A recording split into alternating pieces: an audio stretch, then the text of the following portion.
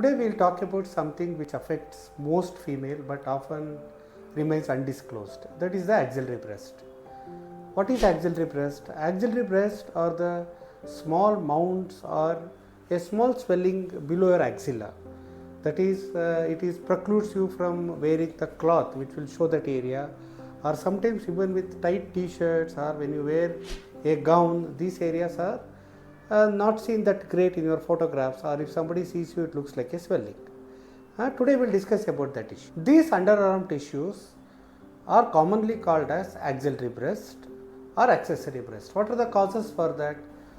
Most of the time this is there from your birth, but during your puberty, as how the breast increases, the size of this tissue also increases. This may be part of your normal breast tissue. That means this is called the tail of the breast. That is, it goes below the muscle and a small tissue will be there because of the hormonal imbalances that may increase in size.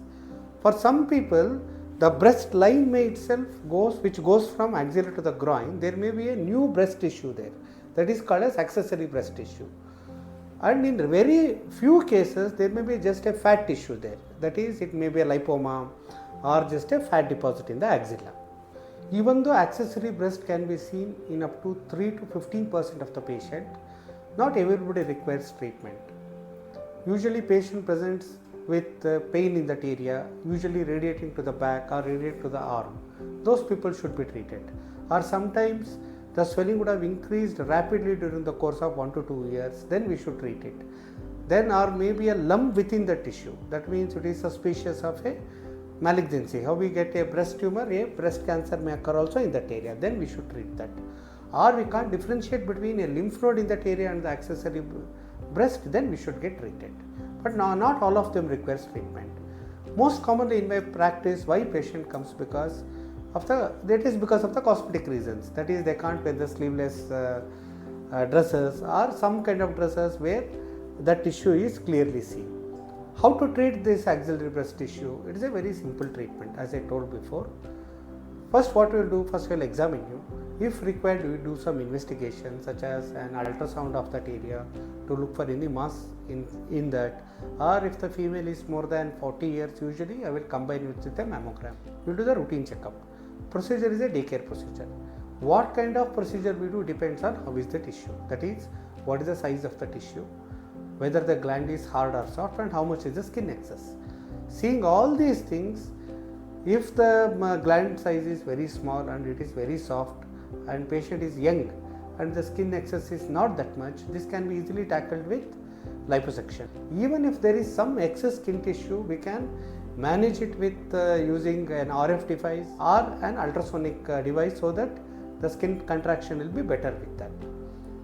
If there is lot of skin excess, then we should excise the tissue, or if the mass is very hard and difficult to liposuct it, then definitely it requires a skin excision. Even if you are doing skin excision, we will plan in such a way that none of the scar will be seen in this upright position. All these scars will be hidden within your natural folds, so that almost it is like a scarless surgery. With my experience, we have done thousands of patients. Most of them will have a clear, smoother appearance in that area. But the most common question still asked is whether it will leave a scar. Yes, definitely it will leave a scar. For liposuction, we will use a very, very small incision within the posterior border of the axilla, so therefore it is not seen. Even if we excise the skin, we will plan in such a way that it is hidden between your front of the axilla and back of the axilla, therefore none of the scars are seen. Now we will come to what happens on the day of surgery and how to take care in the post-operative period. Usually it is a daycare procedure. At Surgiderma where I practice, usually ask the patient to come early in the morning at around 6 to 6:30. Patient will be nil per oral. All the pre-surgical evaluation would have been done before. The surgery is done under tumescent anesthesia, that is, only that area will be numb. The procedure will take hardly around 45 minutes to 1 hour.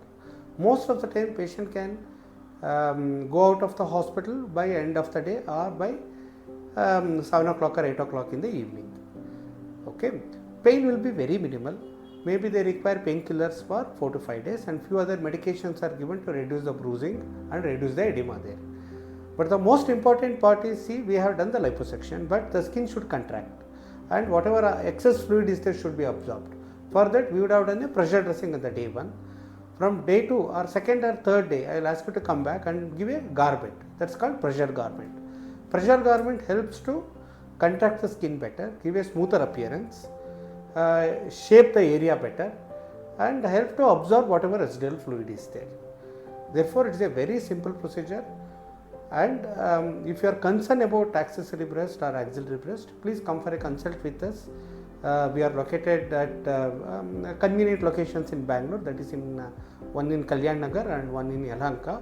You can call down the number below so that you can fix an appointment and see that whether the procedure will help you or not. Thank you for the patient listening.